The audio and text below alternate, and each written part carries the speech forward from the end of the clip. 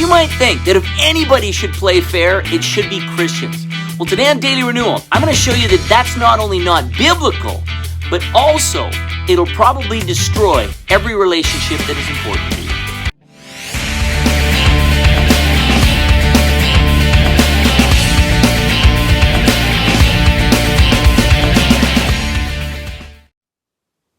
you. Years ago, when I was in youth ministry, we had this guy in our youth group, and he was a little bit of a different guy, but everybody liked him. And he would bring people over to his house to play video games.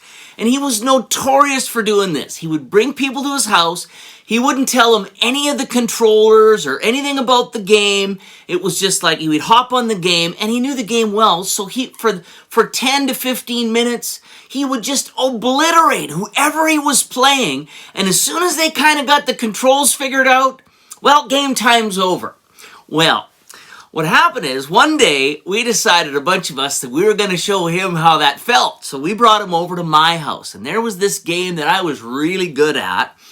And so we brought him over, and I actually showed him the controllers, knowing full well that he could know where all the buttons were, and there's no way he was going to beat me. So we got him on the game, and everybody's there, and we're playing, and for at least 20 minutes, I was relentless. I beat him pillar to post. He didn't even get a move in this game. And after 20 minutes, he was so upset, and everybody was so happy, and they were laughing and thinking it was the funniest thing. And he said, "I'm never playing a video game with you again."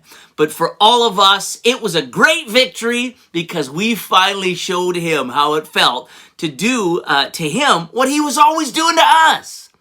Now, friend, you may have done something like this yourself in the time that you've been on earth. Maybe you've got some real joy out of showing somebody, showing somebody something like this, teaching them a lesson like this. But I'm going to tell you that it's those kind of things, that kind of thinking, that is very contrary to the way God does things. And it's that I want to talk to you about today. The reason why Christians cannot play fair. I'm Pastor Lyle, and welcome to Daily Renewal. If this is your first time tuning in with us, I just want to ask you to consider becoming a subscriber to the channel. If you're getting benefit from our content, please like and share this video with anybody that you think that it will help. Well, years ago, I read a book by a guy named Henry Cloud, and there was a chapter in this book that talked about the fact that we are not supposed to play fair. Now, in the story that I just told you, it sounds like that was a justified reaction to do that to our friend. He did it to us, so we can do it to them. And in this book, he told a story about a guy that he was going to go into business with. And this is what he said.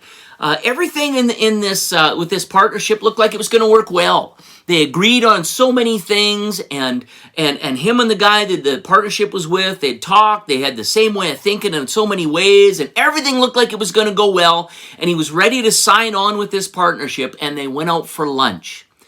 And they were excited about it, both parties, and then the guy looks at him and he says, "You know what, I think this is going to work out great, but there's one thing that you need to know about me."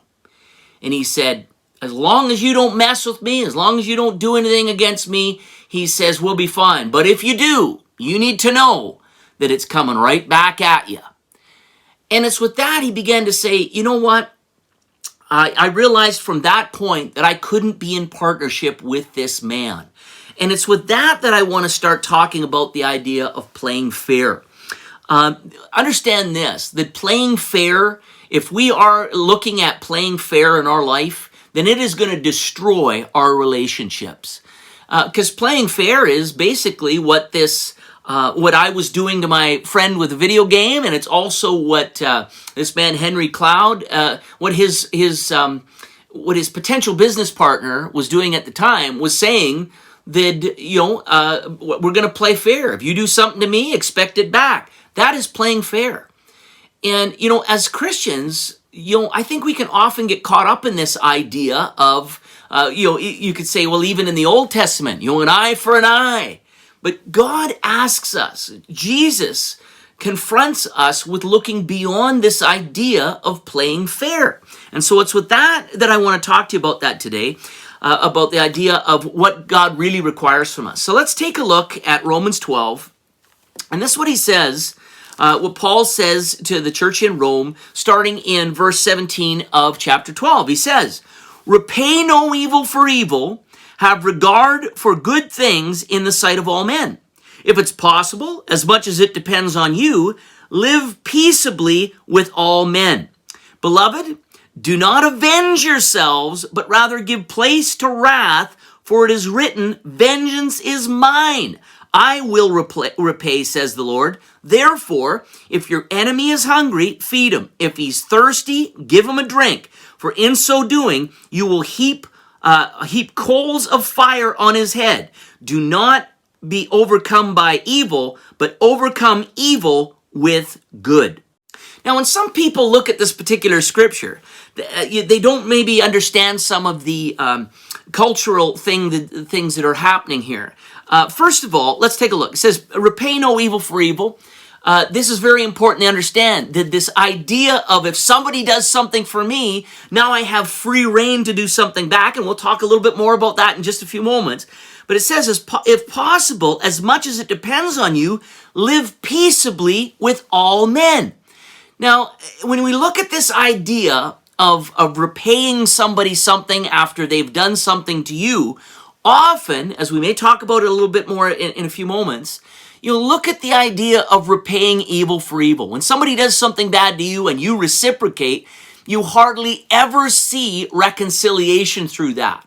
And that's really important to understand. This idea of living peaceable with all men is something we should strive for. And again, we're going to touch on that a little bit more in just a moment. It says we're not supposed to avenge ourselves, but rather give place to wrath, for it is written, "Vengeance is mine, I will repay, says the Lord." It is very important, friend, to understand that God does have the scales of justice in his hand. And for us, sometimes our tendency is that we want to take the law into our own hands. We want to repay. Make no mistake about it, friend. If somebody is doing something wrong to you, you are a child of God. And like a good parent, if God sees that somebody is touching one of his children, know this, that he is the one that we should look to bring repayment. And often the repayment that God brings to somebody, and I've experienced this many times in my life, people that have done me wrong, it's probably good sometimes that I don't see when God repays them for the evil they've done for me. But I'm his child. You have to understand, if you're a child of God, that God does, as I mentioned earlier, he's got the scales of justice. And don't just think people are going to get away with doing things to God's kids. But often, as I mentioned, God, it's better for us that we don't see some of the ways that God tips those scales back to being even. But anyway, I'll leave that for now. But understand, we've got to let God be the one who brings justice. Now, this is what gets to the cultural part that a lot of people don't see. It says, "Therefore, if your enemy's hungry, feed him. If he's thirsty, give him drink. For in so doing, you will heap coals of fire on his head." Now, I've heard some people say, "Oh, great, if I do this right, they're going to have coals of fire heaped on their head." And we have this idea of somebody getting burned by God, that God's wrath is going to come upon them. Well, if you look at this, actually, that's not what this is talking about. The idea of heaping coals of fire on a person's head is actually bringing life to somebody.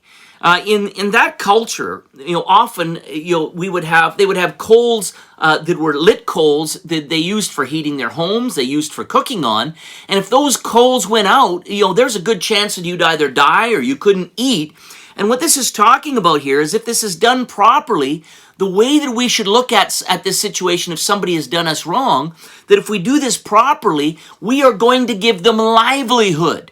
Let me be more specific. If somebody is doing something wrong to you, there is probably something wrong, especially if they're a believer. This is an indication that there's an area in their life where God is not able to help them because of maybe their own pride or wherever they're at. They're not operating on full capacity. And for us, we want to be those that bring life to people. And so this idea of heaping coals of fire on somebody's head is acknowledging that if somebody is wronging you, then really we need to find out how we can help them so that they don't continue doing that either to you or to anybody else. There's obviously something in their life that is amiss. And by us handling people that are wronging us properly, it's allowing God to maybe help them so that they don't continue in some of the things that they're doing. Because if somebody is doing things like that, there's a bondage in their life, and we ultimately want to be somebody that God can use to bring freedom to people, to bring livelihood to them, or to bring life to them. And so this idea of handling this properly and this idea of heaping coals upon their head is us playing a role in bringing reconciliation and life back to something that is experiencing some form of death or some form of missing the mark. And then it says, do not be overcome by evil, but overcome evil with good. We'll get to more about that near the end of our message, because that's really vital. So in saying this, the first thing I want to challenge you with in this idea of not playing fair is we have to look at the situations that we're in and not be willing to be somebody that just retaliates and thinks that's okay. Again, we're just going to touch on that. I will touch on that in a moment, but I guess I want to say this. A way to look at this is we want to be somebody that's not affected by what other people do to us. Example, we want to look at this as being somebody that's a reconciler. We want to be somebody that looks to bring others up rather than be affected and be brought down to a level of somebody that maybe isn't operating properly. And by us reacting often when somebody does do us wrong, what that is that's coming down to their level. So we want to find ways. We want to, in our relationship with God, we want to be prayerful about asking the Lord how we can be the one who brings others up rather than come down to another level. And that other level is often looked at. I'll give you another illustration. Any of you that have got kids, we've all experienced this. And even if you don't have kids, if you've got siblings or you've observed this, often, there's a situation in life where you've got maybe two brothers. And one of them hits the other one. And then the other one retaliates and punches him back. And the parent only sees the second child. And what's the first thing that child will say? Well, he hit me first. In other words, I am justified in hitting him back because he hit me first. And it goes along with some of the earlier stories we were just talking about. We often feel justified in doing something back to somebody if they've done it first. It's okay because they did it first. And it's this kind of thinking that we really need to get away from. And again, if you look at this idea of bringing restoration and getting the best out of people, then we have to understand that we need to think like this, because we can have this idea of I didn't start this and use it to justify our actions, or we can say, you know what? I'm more concerned about this other person. I'm more concerned about seeing reconciliation. I'm more concerned about helping them than I am about being justified in my own eyes. Unfortunately for us as believers, that is how we often approach things, is we're trying to be justified in our actions by what other people do to us. And so I'm going to turn over to Luke, the book of Luke here, and let's take a look a little bit more about what Jesus says about this kind of thinking. It says in Luke 6, starting in verse 31, it says, "And just as you want men to do to you, you also do to them likewise." It says, "But if you love those who love you, what credit is that to you? For even sinners love those who love them. And if you do good to those who do good to you, what credit is that to you? For even sinners do the same. And if you lend to those from whom you hope to receive back, what credit is that to you? For even sinners lend to sinners to receive as much back." Now listen to this part. It says, "But love your enemies." And that doesn't mean necessarily somebody that's an absolute enemy, but when somebody does you wrong, you don't look at them as an ally. Often, their relationships can be in jeopardy, or the depth of that relationship. So when we're talking about enemies here, this could be something as simple as somebody who you feel has done you wrong that might even be a friend. So it says, "Love your enemies It says, do good and lend, hoping for nothing in return, and your reward will be great. And you will be sons of the Most High, for he is kind to the unthankful and evil. Therefore, be merciful. That's a key word there. Be merciful, just as your Father also is merciful. Now, as I go back to one of the original stories that I told at the beginning of this video, Henry Cloud, the writer, who didn't go into business with this guy because he said, hey, if you do me wrong, then you know what? Expect me to do you wrong back in return. I think that's how it went. If you do me wrong, I'm going to do you wrong. The problem with that kind of thinking is, and Henry Cloud points this out, and it's right for all of us. You know, when I look at it, he says, I can't afford to be in a relationship or in a business with somebody like that because I know that along the way, I'm going to make mistakes. There's times where we are going to do people wrong, even by mistake. And if I have to worry about every time I'm doing something that it might be perceived that I've done something wrong, and let's face it, when we do things wrong, sometimes it's because we're weak in an area. If he says, if anything, I need somebody that is going to assist me when I am weak, when I've done wrong. The last thing I need is to just wait for the hammer to come down because I've made a mistake. Now think about this. Here's some marriage advice. You know, I've heard some people say, well, marriage is a 50-50 thing. I'm going to tell you right now that long-lasting marriages are not a 50-50 thing. Sometimes they're a 150-50 thing. There's times where there's people in the marriage that may be weak in an area, and what they need often is the other partner to take up some slack. And so for us, you know, this kind of advice, I've seen many people, for example, that have gotten a divorce, and people say, well, I just don't understand how that could happen because they're both good people. Yeah, we can both be good people, but none of us are perfect people. And how we handle our relationships with each other, how we give each other slack, how we show each other grace in situations when maybe one of the partners is failing in an area is absolute key. There's times where we have to be able to suck it up, or we have to be able to take up the slack. If we're not willing to be that in a marriage or through a relationship, we're not willing to let people fail. And when they do fail, if we're not the kind of people that are looking to build and help them recover, to help them through some of their mistakes and some of the things that they're going through. A good marriage, a good friendship will there will be parties that maybe are failing in some areas, but a good friendship, a good marriage, the other person will be there to say, hey, how can I help? What can I do? How can we do this as a team? I realize that maybe you're failing in this area, but I want to be there to help pick up the pieces. It's the same with parenting and relationships, all these things.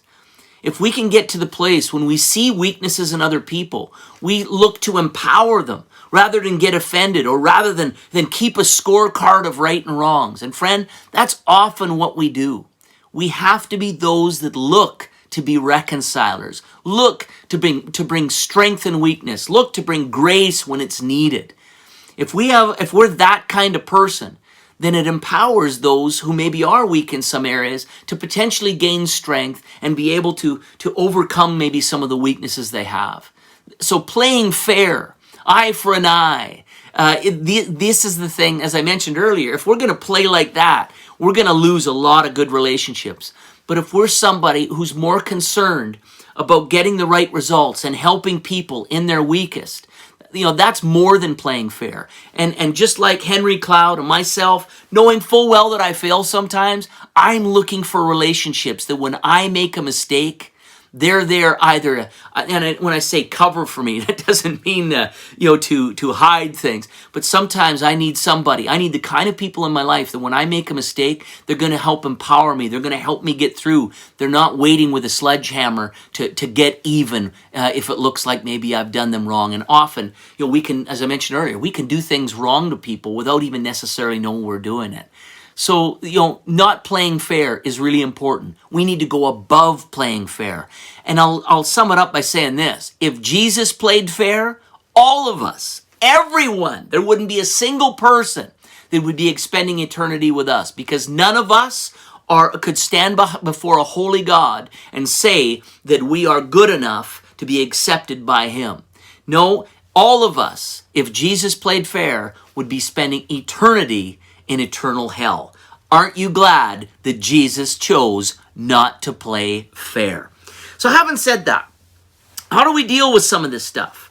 The idea of success with God, I believe, often challenges us to give better than we get. My wife, been in ministry for a long time, and she's said to me at the odd time, she says, there's not very many people that we've encountered that we don't outgive.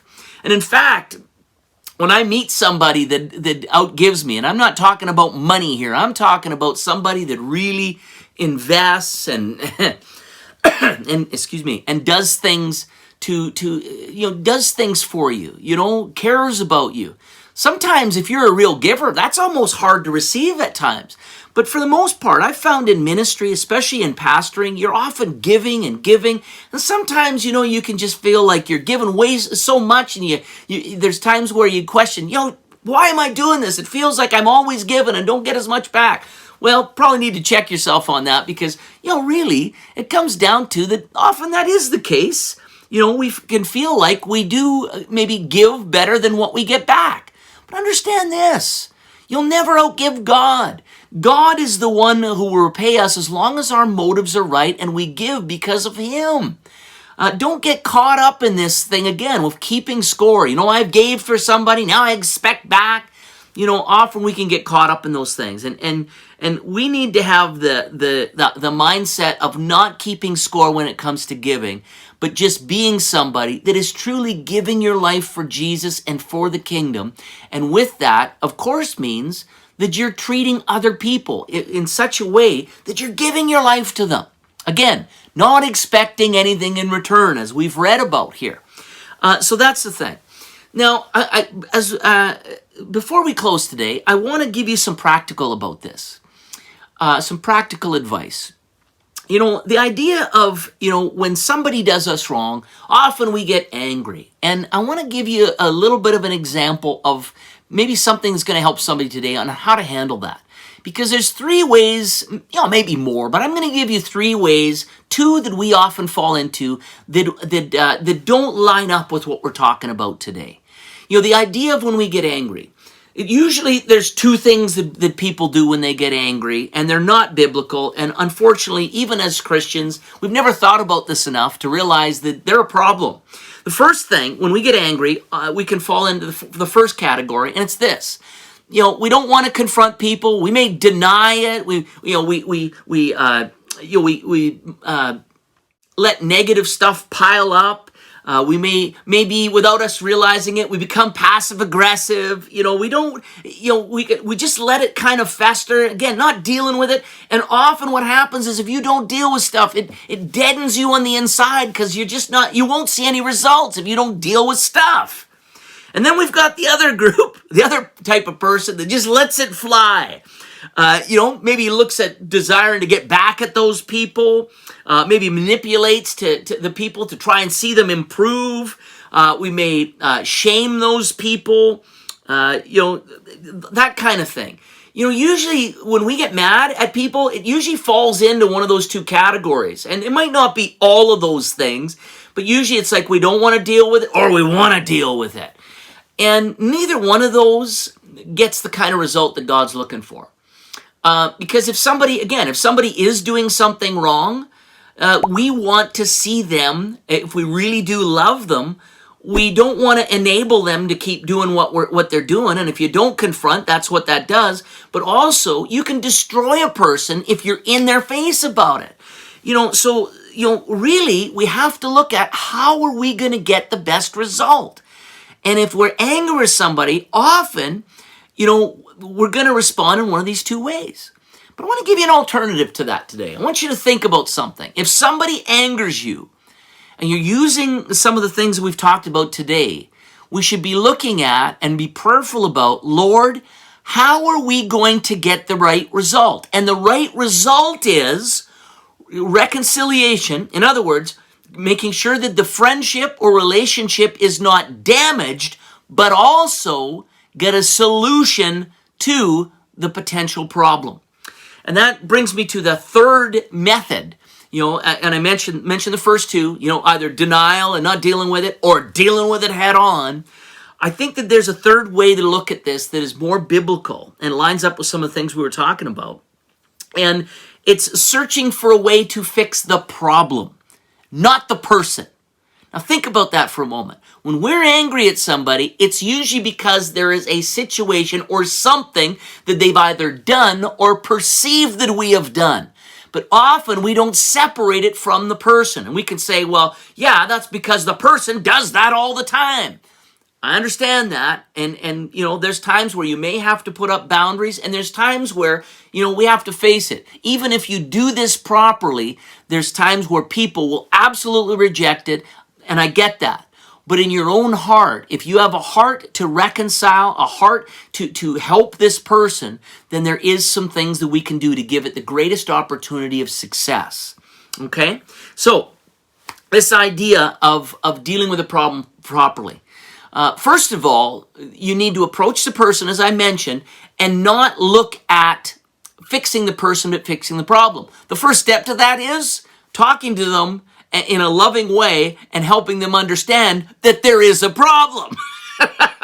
Lots of times, and I've run into this before. I've had people that approach me, a year later, telling me that they thought this certain thing about me, and I had no idea that they even had a problem with me.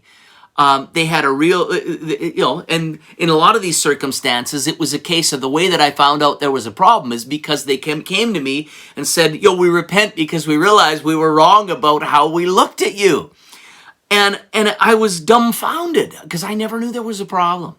Friend, if you're having an issue with somebody you feel like somebody's done something or, along relationship lines, you need to approach them and at least talk about the fact that, there is something that I'm angered by and I need to talk to you about it. But again, focus on the fact that there's a problem, not on the person being the problem. Hard to separate sometimes, but there can and should be a separation of that.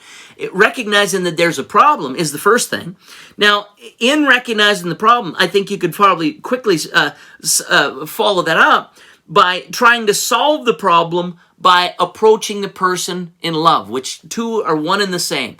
Acknowledging there's a problem, and then say, I'm coming to you because there is a problem. And then from there, trying to solve the problem, again, by approaching in love, but again, facing the issue. In other words, focusing on the problem, not the person. Now, having said that, let me give you some examples of what I mean. If you're going to approach somebody, a mature person will often say things, if you've got a problem with somebody, will often say things like this. How can we turn this around? Here's the problem I'm having. How can we fix this? Is there something I can do to help solve this? Is there something maybe that I've done wrong? See, in seeing reconciliation, it's with humility that we need to approach these things. And again, as I mentioned earlier, you can do this and it might blow things up and go the other way. And you might find out years later there's a chance for reconciliation. But if we're going to see God's grace involved in some of these situations, it's very important.